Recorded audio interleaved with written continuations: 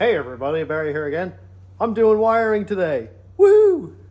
We saw all this. This was my testing bench, making sure all the relays do what they're supposed to. PWM, shift solenoid, got all that done.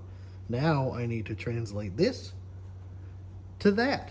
And that's what I'm working on today. As you can see, I've got a bunch of the interior stripped, and I got these useless yellow wires here clipped off because I'm going to use those for my bump button. Bump button is right here. This is one that I 3D printed and put the button in there and printed a nice red cap for it, so that's pretty cool. That is going to go in this unused cavity right here, and then I have my bump button. Bump, bump, bump. Look at that. Beautiful. So I need a way to connect this down through the column, and the best way to do that is the clock spring. So I've got these old airbag wires here. This truck doesn't have airbags.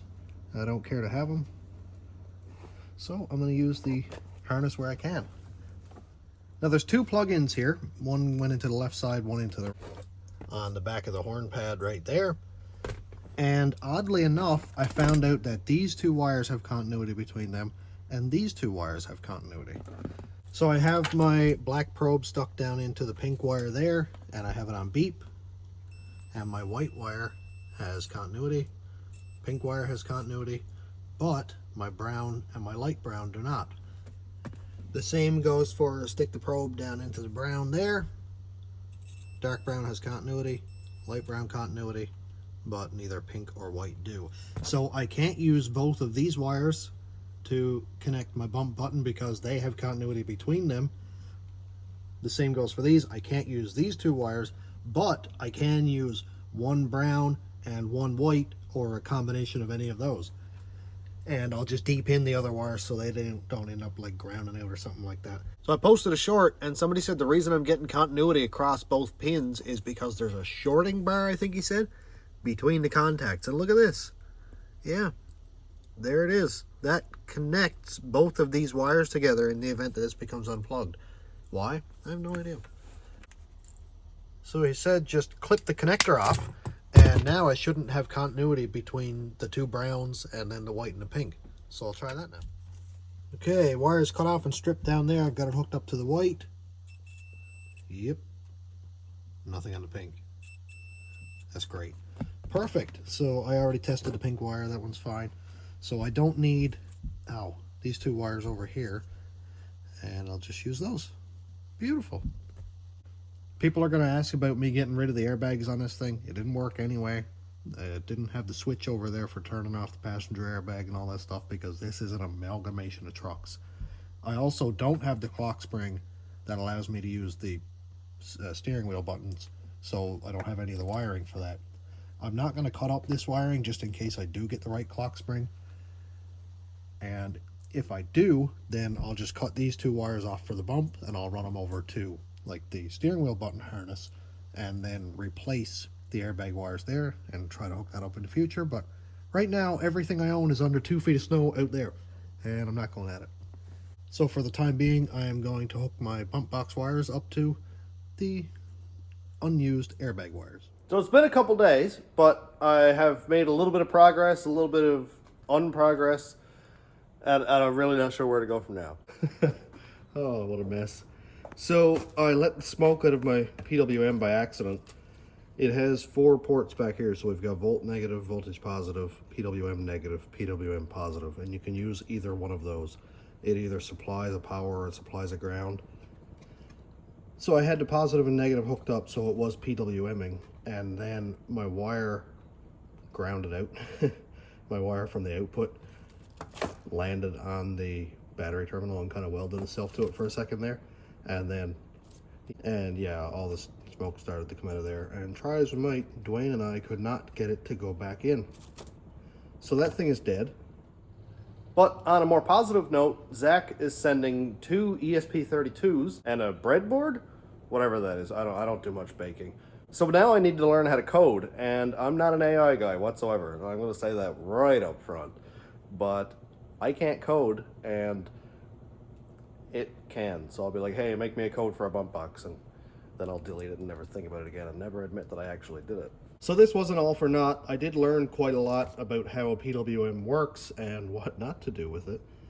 and also got my head around the whole diagram for the trans brake, PWM, and all that stuff. And this guy that I designed, I'm still going to put to use because I need a place for an arm switch. Zach made it very clear that I do not press that trans brake button while I'm in motion. It's going to trans brake. I won't quit my day job. But he said I should have some sort of a disarm or arm feature where he suggested I go on an app and do it, but I hate phones. I just use it for filming and YouTube and calling, so that's it. I'm not messing with more junk. So I'm gonna have a switch on the dash where I turn the switch on and now the trans brake is active. When I'm done doing shenanigans and hood rat stuff, I just turn the switch back off and the trans brake and bump box buttons are dead and nobody can press them accidentally and scatter my transmission all over the road. So this is gonna be on pauses for a little bit. Now, this is not a waste of time because I did find the 2 wires that I needed. I got the steering wheel button all sorted out. I have the 2 wires down here that I need to connect to the MOSFET board or the thing.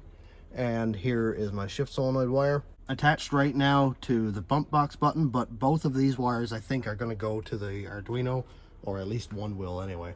And I'll go over that when I figure out what it is I'm supposed to do with it. Also, my solid state relay came in. This is the correct one now, so I've got 3 to 32 volts DC in, 5 to 200 volts DC out. So this is going to work in conjunction with the ESP32. I'm not going to call an Arduino, or I want to at least try my best not to, because I know now that they're different. And this is what's going to allow the shift solenoid to switch on and off really fast and not overheat anything. Getting down to the end of the video now, but I did want to show one more thing. My drivetrain is not going to be all-wheel drive for the foreseeable future. I know, it sucks, but I need to buy an input shaft for the NV149 to make it adapt to the 4L80. That dude is, it's going to be $300 before it gets here and I pay the duties and all that junk.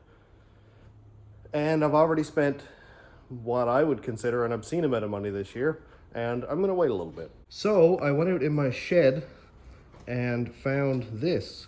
This is a 32 spline 4L80E transfer case that I forgot I had. I thought I had one years ago, but apparently I still do. So I went through all the selections and everything seems to work. I may split it and just check the output shaft bearing because it was gone in one of the transfer cases I had. And this thing hasn't had any fluid in it for a long time, so I just want to make sure it's not all rusty. There's no evidence that it leaked ever, so that's a really good sign. As you can see, the mud that was on it when I took it out of the truck is still on it. So, you know, if this leaked a bunch of oil, it would be soaked up to here, and well, same idea. It's actually very dry. This thing really is getting down to the wire. My transmission parts that I've been waiting on since October are hopefully going to be here this week. I'm really hoping. The parts are in Corner Brook, which is like 4 hours that way, and they should be here this week.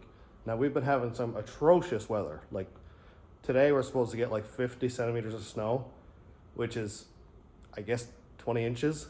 And that sucks because couriers don't like to deliver in that kind of weather. And I'd like to have my parts. But anyway, I don't want anybody to go off the road. So as soon as those parts get here, this guy's getting slammed back together. Those are the input shaft seals and the pump gasket that I'm waiting on.